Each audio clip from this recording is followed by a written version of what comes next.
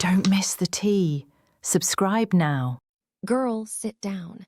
No, seriously, grab that bottle of Pinot and pour a giant glass because you are going to need it. You are not going to believe the absolute circus that my life has turned into this week. I am literally shaking right now, half from rage, half from just exhaustion. You know about my sister's wedding coming up, right? The event of the century. Yeah, well, I'm this close to RSVPing no and blocking everyone. Okay, so let's start with the catalyst of this latest mental breakdown. You know my aunt, my dad's sister. The one who pretends she's the sweetest, most pious woman on earth but actually thrives on drama. So I'm scrolling through Instagram over the holidays, minding my own business, trying to protect my peace, right? And boom, there it is. A carousel of photos. And who is in the photos? My dad.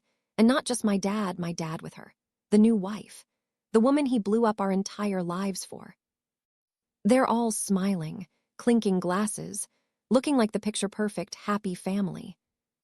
But here's the kicker, my mom saw it too. And girl, it triggered her so bad. Like, sent her into a spiral. Seeing them playing happy family while my mom is still picking up the pieces of the grenade my dad threw into her life years ago. It was too much. So naturally, this brings up the topic of the wedding. My sister, in her infinite wisdom and bubble-wrapped worldview, has decided that she is going to be Switzerland. She wants to play the neutral party. She looked me dead in the eye and told me she's inviting everybody. That includes our dad. That includes the new wife. Can you believe the audacity? My sister thinks that Mom and I are just going to suck it up. She thinks we're going to put on our pretty little dresses, paste smiles on our faces, and sit in a pew while the man who left us in financial ruin plays father of the bride. And I can't do it. I don't think I can do it.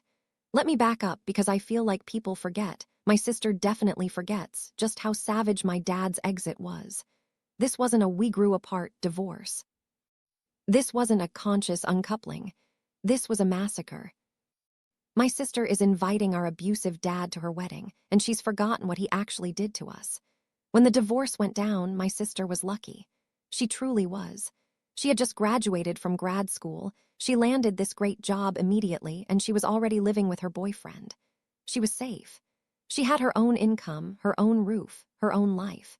She was geographically and financially removed from the fallout.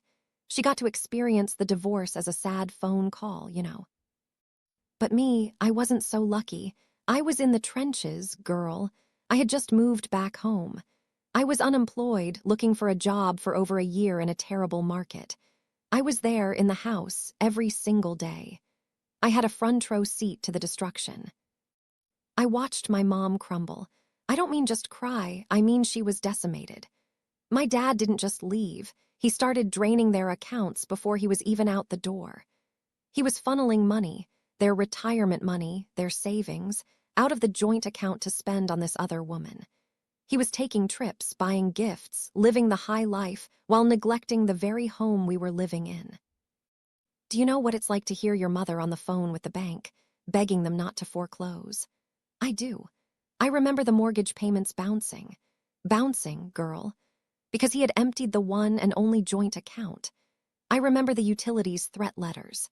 I remember opening the fridge and seeing it get emptier and emptier because Mom was too terrified to spend a dime on groceries, not knowing if the electricity was going to be cut off the next day.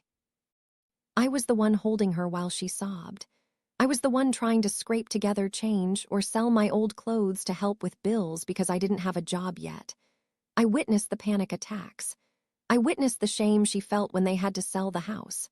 That house was everything to her, and they sold it for scraps, basically, just to stop the bleeding. My dad walked away without a care in the world to go live with his new fling, leaving us in the wreckage. And now my sister expects me to smile and make nice for her wedding photos. How can there be peace when he was the one who declared war on our family? My dad left us destitute to run off with his mistress, and now my sister expects us to smile at him at her wedding. Years later, my mom is still recovering. Financially, she is nowhere near where she should be at her age. She's still digging herself out of the hole he dug for her. So when my sister says she wants to invite him and keep the peace, I want to scream. What peace? There is no peace. He stole our peace. And it's not just him. It's his whole family. My aunt posting those photos with the new wife. That is a cosign. By inviting them and forcing us to be in the room with them, my sister is basically saying, "It's okay. What you did wasn't that bad. We can all move on." Well, I can't move on. I don't want to be in the same room as that man. The idea of seeing him in a suit, smiling at guests, pretending he's a decent human being, it makes my skin crawl. It makes me want to burn the venue down. And the fact that my sister is prioritizing her perfect day over our mother's mental health and my trauma, it reeks of a lack of empathy. I told her, "You are Switzerland because you didn't have to fight in the war. I was a soldier on the front lines, and I have the scars to prove it." She just gave me this sad look and said, "But he's our dad." Girl, please, being a sperm donor doesn't make you a dad. A dad doesn't bankrupt his family for a midlife crisis fling. So now I'm the bad guy. I'm the difficult one. And you want to know what makes it worse? My boyfriend. I love him, but men can be so dense sometimes. He told me last night, "If you don't go, you're going to blow up your relationship with your sister. You'll regret missing her big day." He says, "Just go for the ceremony and ignore him." But you know how weddings are. It's a small space. There are photos. There are speeches. There's the father-daughter dance. Oh my God, can you imagine? Watching him spin my sister around while my mom sits there, watching the man who left her destitute play the hero. I think I would actually stand up and start screaming. My sister is choosing a perfect wedding photo over our actual family, and I think I'm done. I know her. If the roles were reversed. If she had been the one living at home, watching the bank accounts hit zero, watching mom cry herself to sleep, she would not be okay with this.